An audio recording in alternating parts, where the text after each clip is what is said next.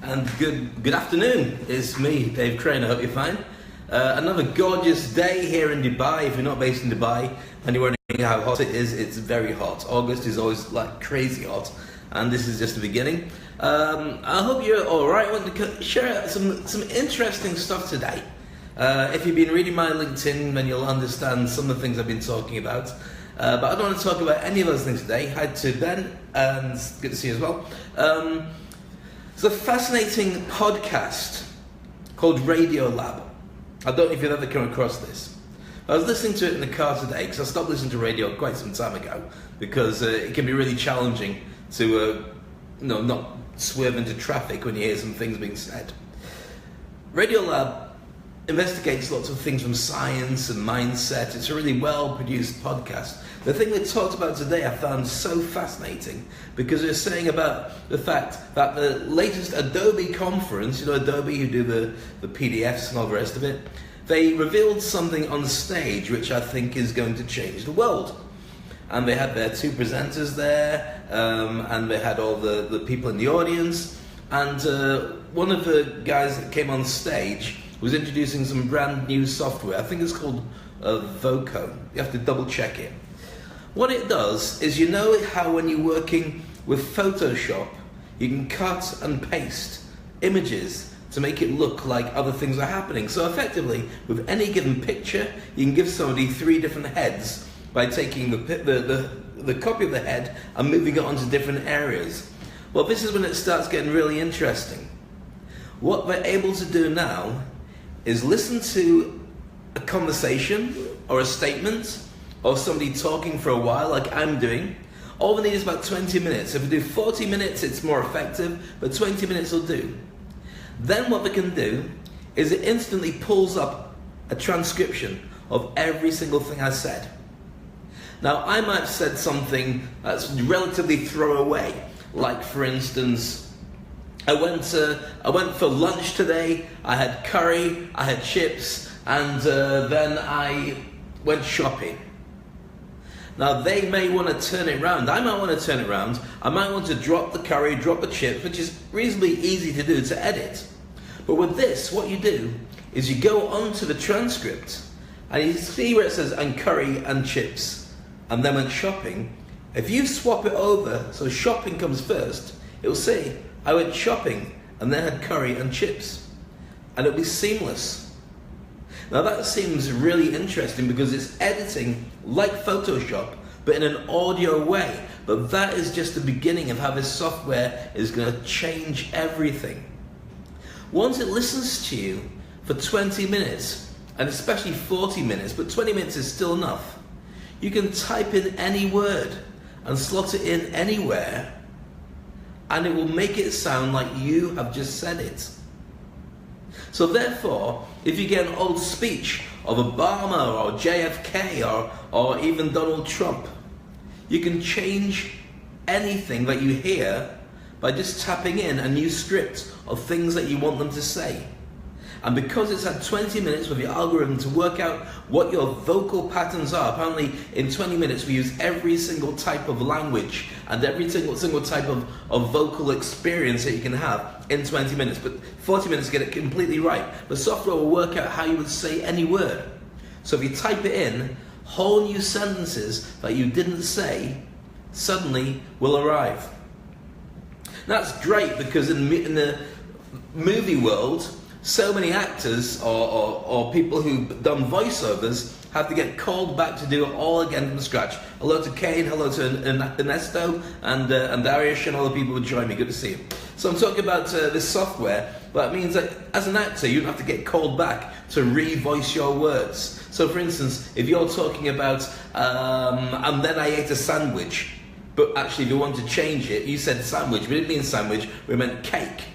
All we'd have to do with this software is type in cake and get rid of the bit where it says sandwich, and a voice will say cake instead of sandwich.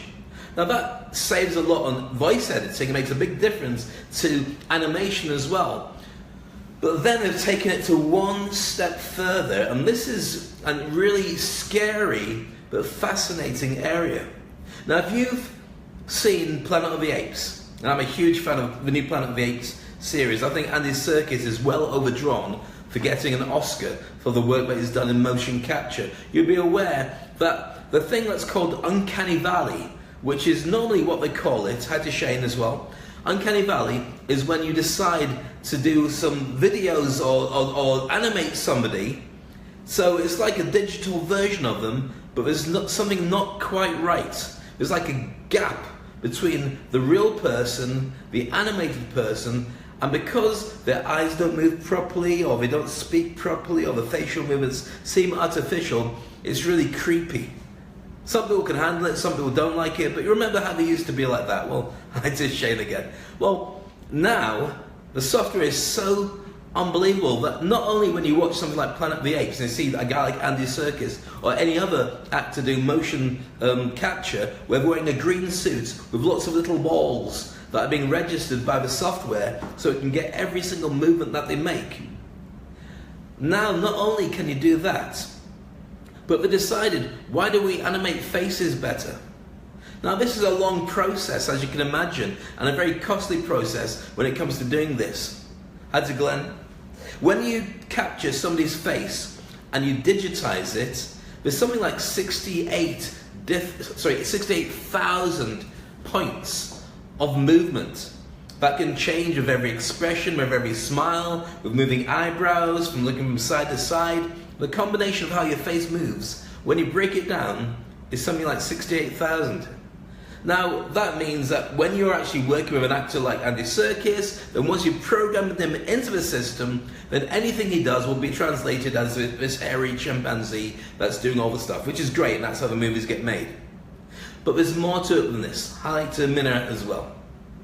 The thing that makes it even more fascinating is they've used the algorithms to work out exactly how you can get the faces captured, but then transpose anybody onto it. So it's not just doing the ape. It means you can change an animation or even change a real picture that's being done. Because remember now, you can do photo perfect animation. So the demonstration that they gave on Radiolab, and I recommend just downloading a couple of his podcasts. Hello to Nilesh, a long time, my friend. But downloading a lot of his podcasts to listen to, because I think they're just fascinating, is they had a guy who they'd used motion capture, so they already had an algorithm, but they didn't have to do the 68,000 points on his face. They had 68,000 points on any face programmed in.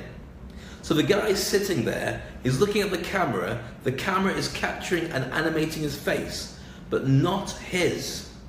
There's an old video footage of George W. Bush giving a speech. Now, as you're watching George W. Bush, when the guy who's in front of the camera starts raising his eyebrows, so does George W. Bush. When he smiles, so does he. The motion capture is being put onto an old video of George W. Bush within a crowd of people.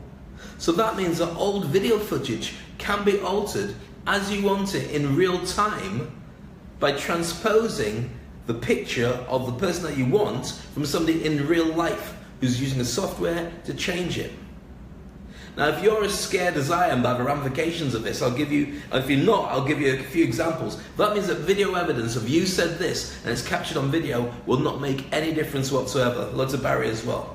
It also means that when you look back over movies, yeah, it's great, we can bring old stars to life. We can create new stars. We can have them integrated in photorealism and make it really interesting. But it also means that in the political world, when you've got people in court using video evidence and audio evidence, like when you want to investigate whether or not the US election was rigged, not going there for politics, but the kind of thing that would be high profile, everyone's checking it out, listening to the transcriptions of the audio, listening to the audio, seeing videos of people talking there on camera. All of it can be fabricated. Every single thing that's coming out on audio, on video, as well as pictures can be changed to look authentic, and they don't even have to be real. Cousin Derek, good to see you in West Indies as well. So where does that leave you? What does that mean? Well, it all comes back to a thing I've been saying for a long time. The power of being able to speak in public, I don't think has ever been as powerful as it is right now. Hello to Karen. Because here's the thing, if you can speak in public, then everything you say is authentic to that audience. Now, if you look at the way that that's changed in, say, the music business or the video business, it doesn't matter, choose any of them. It used to be the case that recorded music was the be-all and end-all of a pop star. They create a CD, they get a record, then a CD, get it out into the shops, people would buy it, and that would make them multi-millionaires. Then the game changed, people could copy stuff, they could alter it, they could download it, or they could basically swap it for free. So the battleground was no longer about being able to produce this music. It was not worth very little. A brand new #1 album might be worth very little to the artist in terms of the money they make. What it did make is the fact that it started a new audience interested in their stuff. But when people really wanted to appreciate them, they went along to the live concerts and they bought merchandising. And stuff like that proved that the artist was of a certain level. And in fact, if anything, it drove more people into doing live events.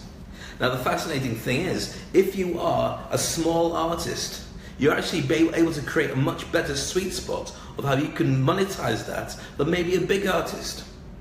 A big artist has to put all their stuff through the system, and they sell their CDs according to whatever it is. If you're smaller, and the only reason they can get hold of your stuff is by going to your events, then not only are they able to buy it at the back of the room, and you can work out exactly what it costs, they can't get it anywhere else. You can only get it from your box of CDs or USBs or download messages, codes, so they can get access to your stuff. But it also means that in the real world, what happens is people like exclusivity.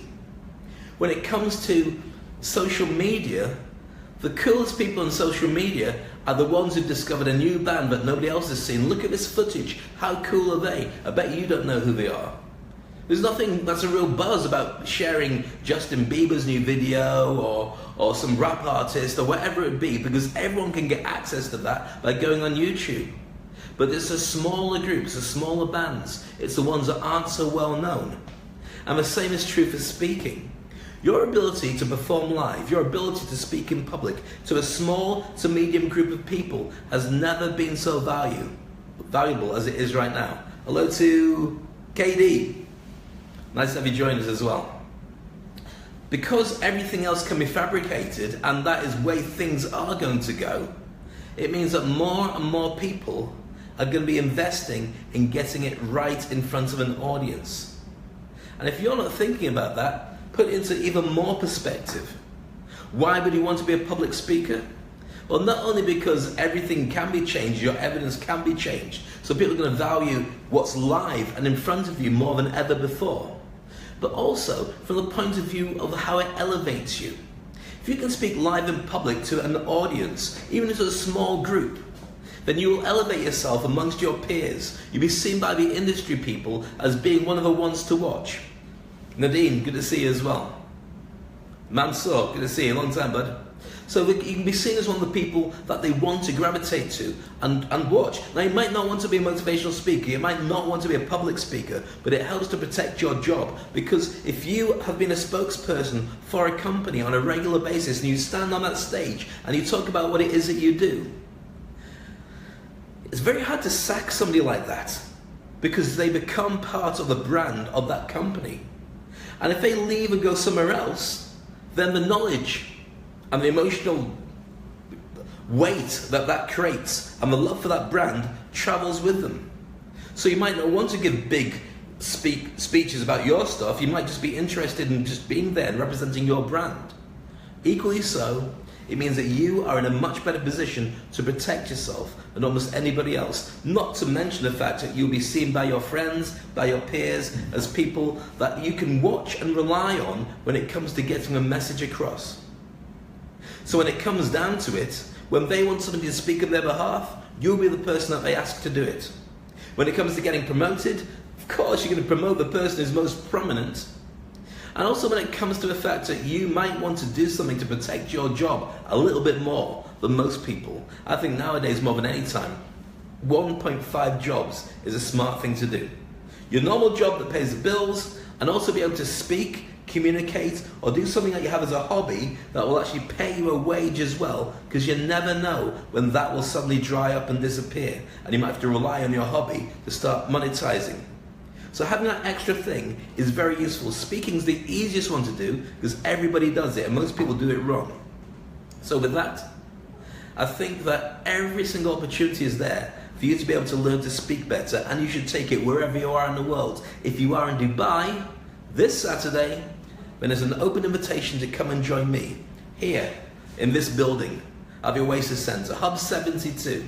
I'll send you all the details. If you follow me on Facebook, you'll be able to find it there. If you follow me on LinkedIn, there's some really good articles you're going to enjoy, and I might set a few people there as well. But if you come along, you'll have such an amazing time. I promise you this. We had an amazing time last Saturday, and we had, about 70 people. We did two sessions, and it was just incredible.